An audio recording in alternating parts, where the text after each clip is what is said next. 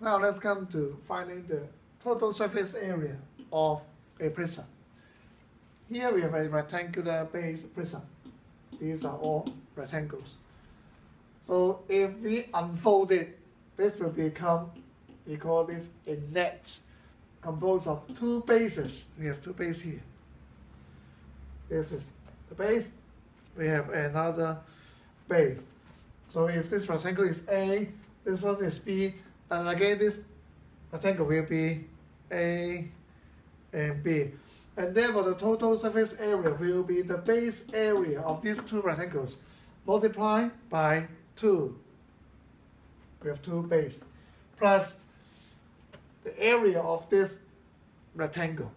So you can see that the rectangle, actually the width is the height of the prism. This is the height. This is the height of the prism. And what about the length of this rectangle? The length of this rectangle. And actually, this corresponds to the perimeter of the base. This corresponds to the rectangle, correspond to the perimeter of the base. Therefore, here we have base perimeter times the height of the prism. Base perimeter, height of the prism. Now we can look at a very simple demonstration. So this one is a rectangular base prism.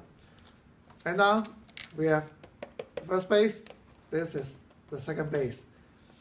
So if we're going to find the total surface area of this prism, we simply add up the two base area plus the area of this sheet of paper. Think of the surface area in this way.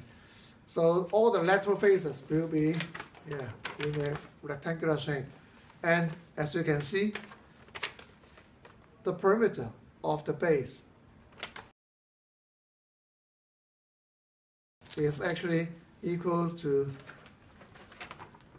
the length of the rectangle.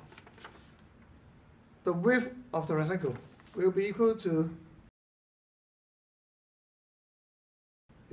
the height of the prism. So this is how we come up with this formula.